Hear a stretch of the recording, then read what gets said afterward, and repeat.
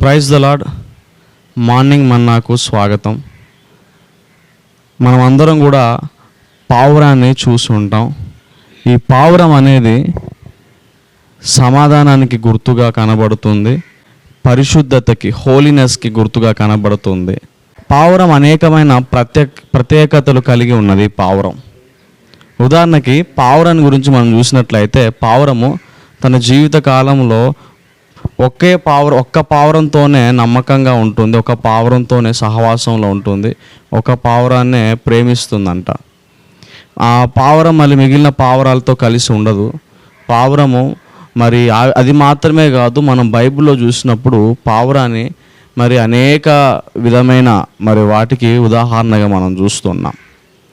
మరి ప్రేమైన దేవుని బిడ్డలారా, పావురం ఏ విధంగా అయితే సమాధానానికి, పరిశుద్ధతకి గుర్తుగా కనబడుతుందో మనం బైబిల్లో చూస్తున్నాం. మరి పరిశుద్ధాత్ముడు పావురం వలె దిగి వచ్చెను అని మనం వాక్యంలో చూస్తున్నాం.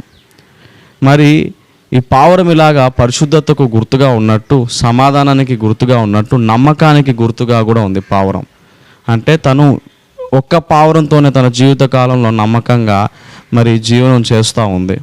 అదేవిధంగా దేవుని బిడ్డలమైన మనము కూడా నమ్మకంగా, మరి పరిశుద్ధులుగా, మరి సమాధానానికి కారకులుగా మనం ఉండాలి అని దేవుడు కోరుకుంటున్నాడు.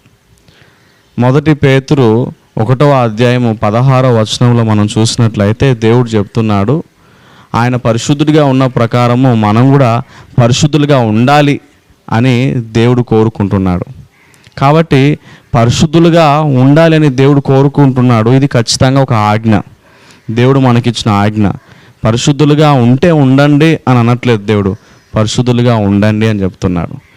ప్రకటన చివరి అధ్యాయంలో మనం చూస్తే పరిశుద్ధుడు ఇంకనూ పరిశుద్ధుడిగా ఉండనేమో అని దేవుడు చెప్తున్నాడు.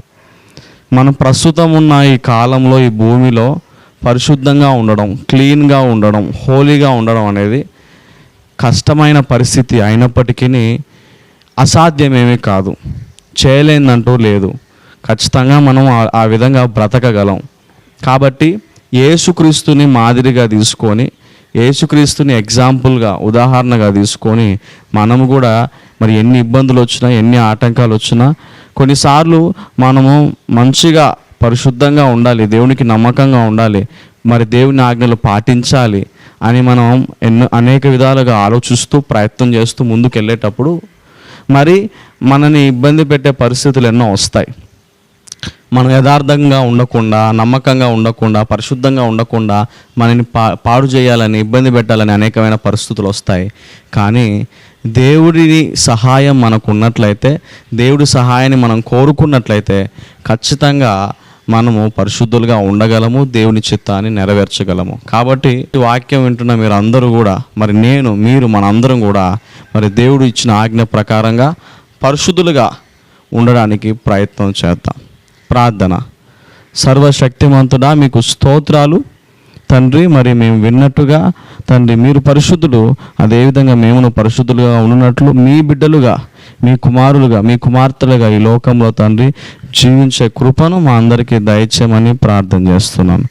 వ్యతిరేకతల ఆటంకాలని తొలగించి మీ నామానికి మహిమ కలిగించుకోమని, మీ సహాయం మాకు దయచేయమని యేసుక్రీస్తు నామములో ప్రార్థిస్తూ అడిగి వేడుకుంటున్నాము తండ్రి. Amen, amen.